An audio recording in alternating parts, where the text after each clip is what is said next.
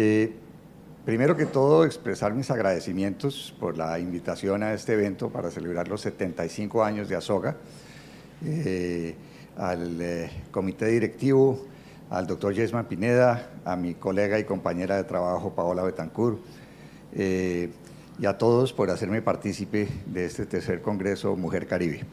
Mi tarea de hoy no es una tarea nada fácil porque es el papel del ginecólogo general al enfrentarse a la pareja infértil. No tengo conflictos de interés pertinentes a esta charla. Todo esto es conocido de ustedes. El año pasado, en la primavera del año pasado en Ginebra, la Organización Mundial de la Salud nos dio una información muy valiosa. Casi el 18% de los adultos en el mundo, o sea, 1 de cada 6 parejas, tienen problemas de fertilidad. Esto, pues, analizaron más de 12.000 estudios, de los cuales seleccionaron 133 entre el año 90 y el año 2021 para generar estas cifras. Se estima que 1 de cada 8 mujeres entre los 15 y los 49 años, o sea, el 8.8%, que equivale a 190 millones de personas, tienen dificultades para concebir. En las definiciones tradicionales, en mujeres menores de 35 años, se debe consultar hacia los 12 meses, entre 35 y 40 a los 6 meses y posterior a los 40, o con diagnóstico conocido de problemas de fertilidad como es la endometriosis, el factor masculino, el factor tubo peritoneal, la ovulación, deben consultar en forma inmediata. Les recomiendo, esta es una de las mejores revisiones que publicó Sandra Carson en el JAMA hace ya un par de años, pero es una revisión muy buena para ginecólogos generales. Y recientemente la Asociación Americana de Medicina Reproductiva incluyó dentro de la definición estos grupos que ustedes ven en esta diapositiva, que son parejas homoafectivas, madres o padres sin pareja por elección, el mundo de los individuos transgénero y la preservación de fertilidad como una nueva área, una nueva subespecialidad dentro de la medicina reproductiva.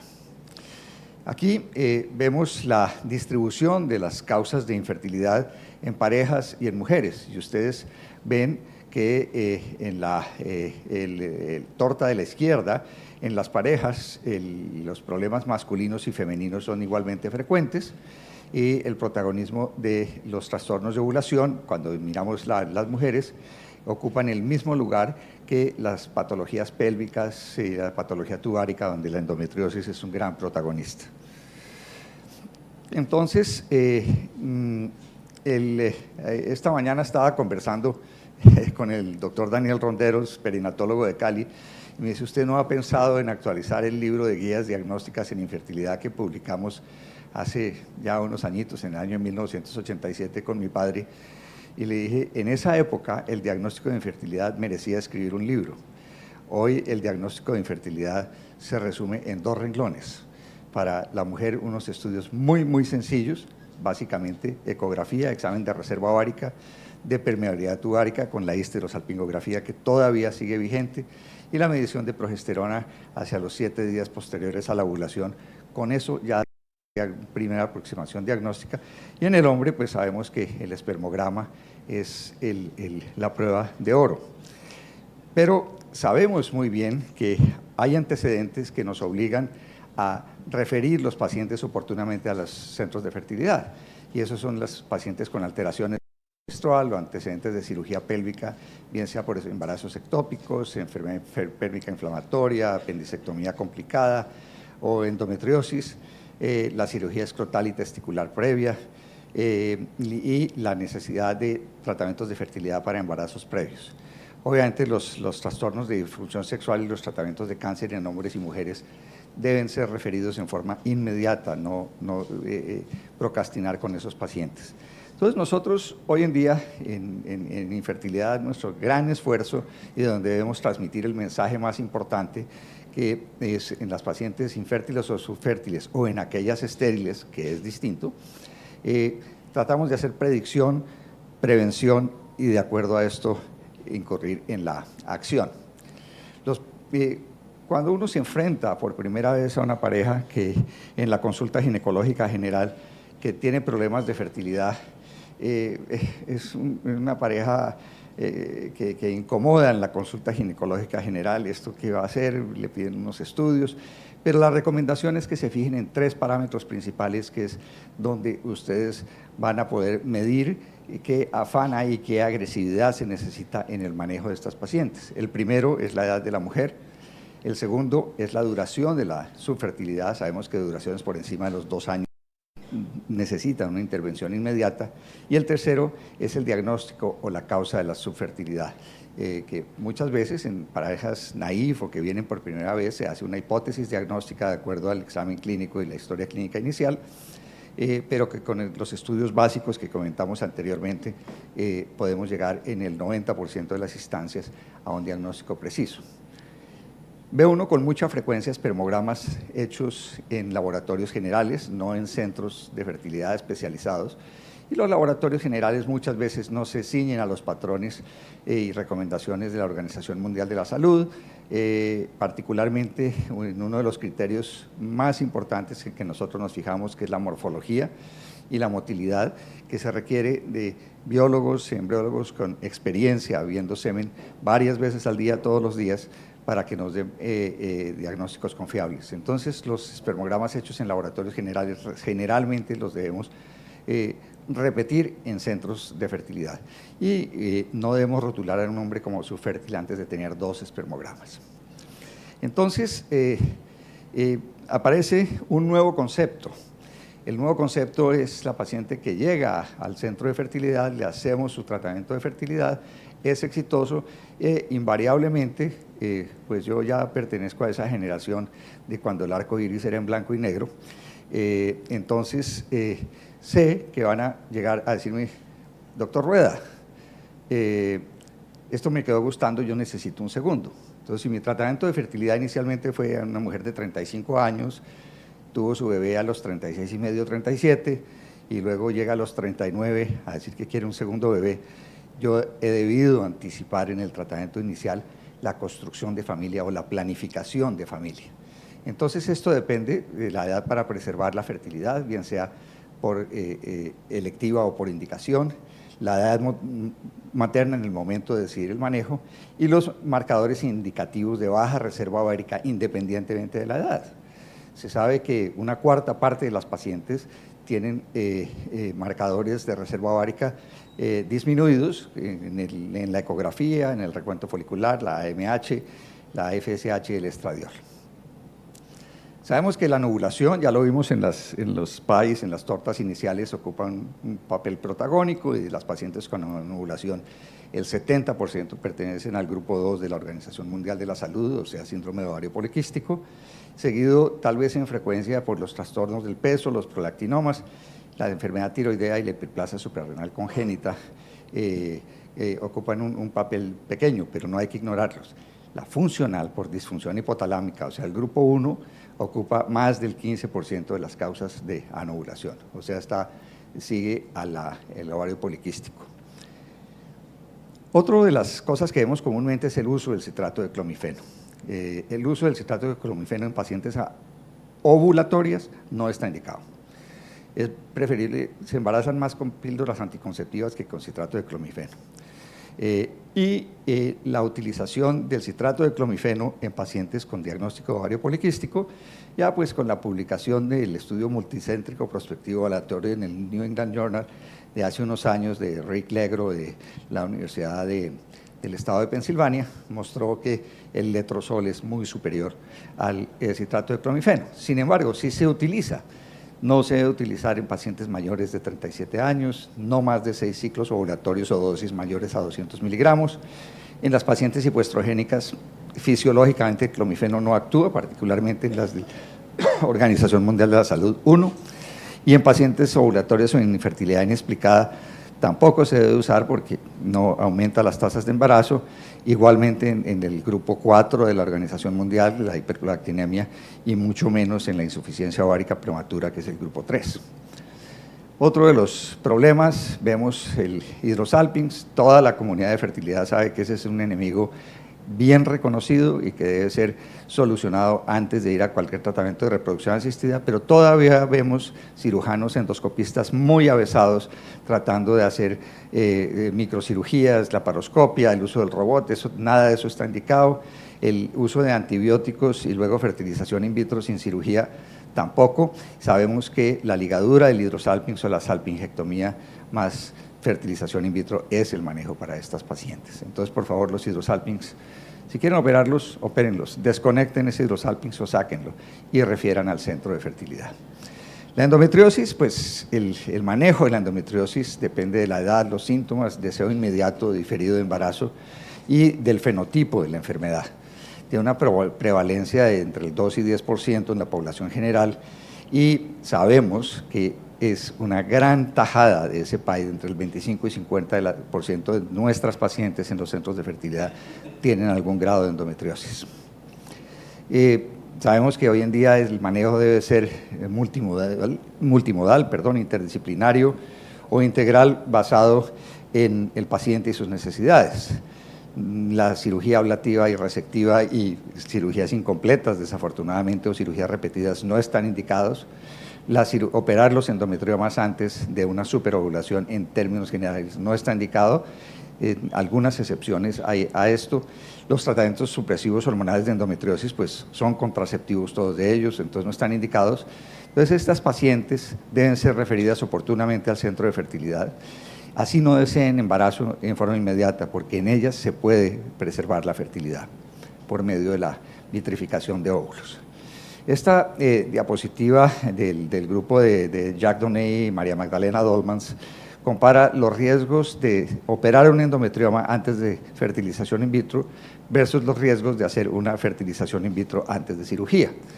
En cuanto a la cirugía primero, pues depende de varias cosas, de la habilidad del cirujano, de los costos, de posibles complicaciones quirúrgicas, de los efectos que tienen las cirugías sobre la reserva ovárica y los tratamientos incompletos que invariablemente van a recurrencia.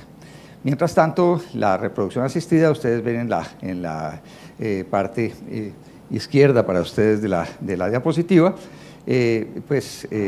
tiene un incremento de ciertos riesgos infecciosos, hemorrágicos, el riesgo de contaminación del líquido folicular con el material achocolatado de la endometriosis, el riesgo de peritonitis, que todos son riesgos muy, muy bajos e infrecuentes y realmente estas pacientes deben ser operadas primero cuando la accesibilidad a los ovarios es muy difícil por la vía transvaginal o cuando hay endometriomas gigantes que van a hacer que el desarrollo folicular sea muy distante al acceso transvaginal. En el diagnóstico de endometriosis, hace 3 años, tal vez en FIGO, cuando fue en Cartagena, nos presentaron la experiencia de los franceses del diagnóstico no invasivo con la detección de microRNAs en saliva para endometriosis. Esta prueba ya está disponible en Francia, se llama el EndoTest, que es un avance monumental. Porque en pacientes con endometriosis en estadios tempranos 1 y 2 ya expresan estos microRNAs en saliva y se puede hacer un diagnóstico con mucha precisión y dirigir a esa paciente en forma oportuna a los centros de fertilidad. Los miomas, pues ustedes saben que tienen una frecuencia enorme.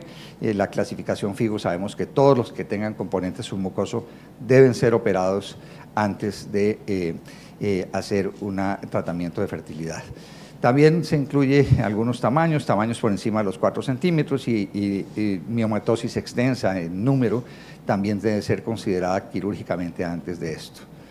La adenomiosis tradicionalmente se diagnosticaba por histopatología, pero ahora con el gran avance en imágenes diagnósticas, tanto en ecografía como en las imágenes por resonancia magnética, podemos hacer diagnósticos muy precisos de adenomiosis con correlación histopatológica muy, muy buena y estos hallazgos han sido plenamente caracterizados, bien sea con ultrasonido bi o tridimensional, endocavitario, o sea, transvaginal, y por resonancia magnética, lo que permite, de acuerdo al espesor de la zona de unión, una clasificación en simple, parcial o difusa, o los adenomiomas, que son una masa miometrial.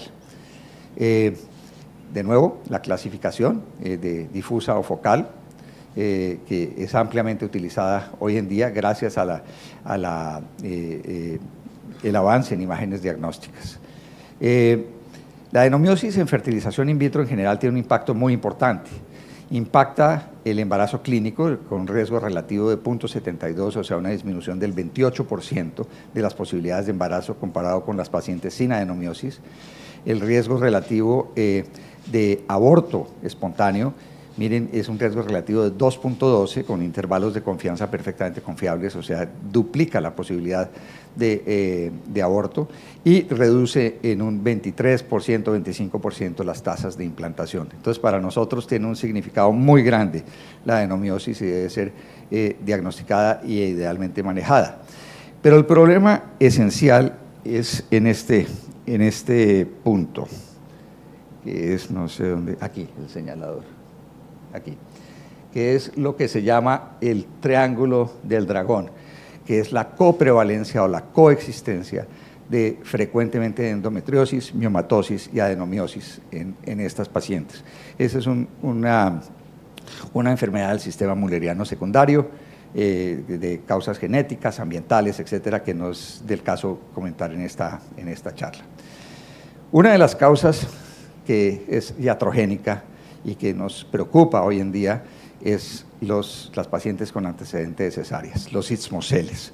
Está siendo cada vez más prevalente y más frecuente, no solamente asociados con infertilidad, sino trastornos de placentación en estas pacientes que pueden conllevar un riesgo hasta de muerte materna.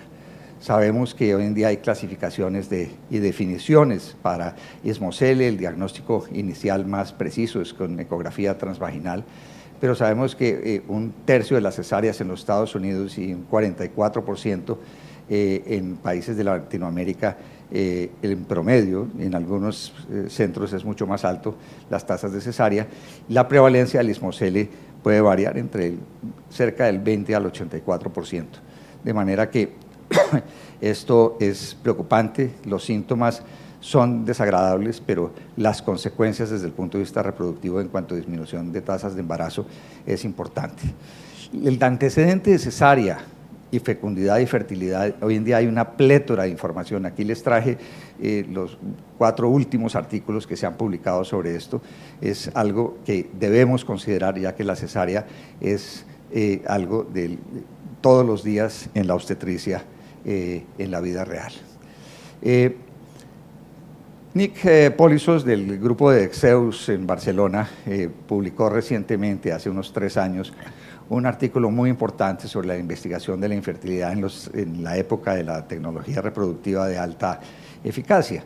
Y ahí incluyó, además de los trastornos de reserva ovárica, ovulatorios, los trastornos endocrinos, los aspectos genéticos por hacer un rastreo extendido de portadores para enfermedades genéticas.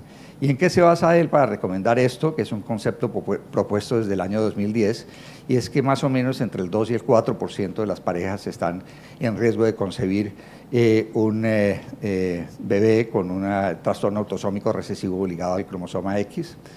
Entonces, y se basó también en un estudio danés donde más del 17% de las donantes de óvulos fueron excluidas basados en los resultados del rastreo extendido de portadores. Entonces, y esto pues ese rastreo debe ir acompañado de consultoría genética. La edad materna, ya para el último minuto y ver si me alcanza el resto del tiempo para contarles lo que les tengo que contar, está asociada a todos estos factores: disminución en el número y calidad de los óvulos, aumento de las tasas de aborto, de desórdenes ginecológicos como enfermedades tubáricas, miomas, adenomiosis, endometriosis, y la disminución de la frecuencia de la actividad sexual relacionada con la edad. Esta edad materna, pues ahí ven, a medida que avanza, las posibilidades de aborto llegan hasta a triplicarse respecto a la tercera década de la vida. Y miren los resultados de fertilización in vitro, cómo disminuyen dramáticamente a partir de los 35 años. Se calcula que se pierde el 15% del potencial reproductivo cada año en estas pacientes, incrementando pues tanto en la línea verde las tasas de aborto y la disminución de las tasas de fertilidad relacionadas con la edad. Igualmente, en cuanto al el número de folículos, ven que con el avance la edad disminuye y el aumento de ovocitos hormonales está en viceversa. La cirugía tubárica, es decir, alguna vez un célebre profesor de todos nosotros debatiendo sobre cirugía tubárica versus, ¿puedo robarme un minutico? Decía, es que los de reproducción asistida son como el que tiene el martillo en la mano, le ve a todo el mundo cara de puntilla. Y la cirugía tubárica él ejercía en el hospital militar. En el hospital militar en la época cuesta una cuarta parte de lo que cuesta la fertilización in vitro. Mi respuesta inmediata, que no le debo robar el crédito a mi socio Eduardo Castro, es que hay que recordar que si la cirugía tubárica vale 2 y la fertilización in vitro, 2 más 3 son 5.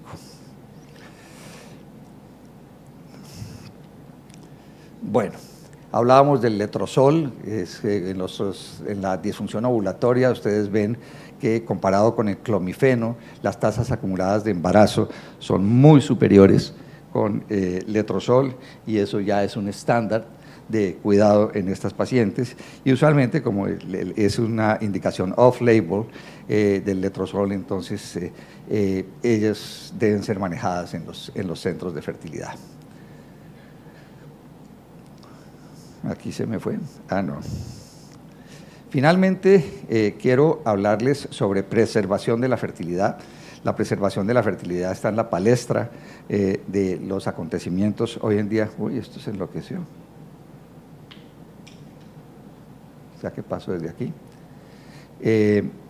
Hoy en día es una nueva área de la medicina reproductiva y ustedes ven en esta publicación del mes pasado en el JAMA, en información a pacientes o en las páginas de los pacientes, cómo ilustran en forma muy clara a la población general cómo se disminuye la cantidad de óvulos desde el nacimiento hasta la menopausia en estas pacientes y para tomar conciencia de las indicaciones de preservación de fertilidad que nacieron inicialmente con indicaciones médicas, oncológicas y no oncológicas y evolucionaron hacia las razones personales o las razones selectivas relacionadas con la edad de la mujer. Hoy en día están aprobados para uso clínico en la mujer solamente la vitrificación de óvulos desde el año 2013 y la congelación de tejido ovárico para autotrasplante subsecuente desde el año 2019. Entonces, aquí para terminar, la edad de la mujer es el eje central donde se debe fijar esto como primer parámetro para decidir cuándo referir una paciente al centro de fertilidad, porque independientemente de la edad, entre más avanzada esta, asociada a diferentes factores, el pronóstico, entre más avanza la edad, como les digo, más se ensombrece el pronóstico. Bueno, aquí termino, muchas gracias. Los invito a conocer algún día nuestra sede en Reprotec Cartagena, en Serena del Mar, donde estamos tratando los cachacos, aprender a hablar costeñol. Muchas gracias. Muchas gracias, doctor Rueda, por su excelente conferencia.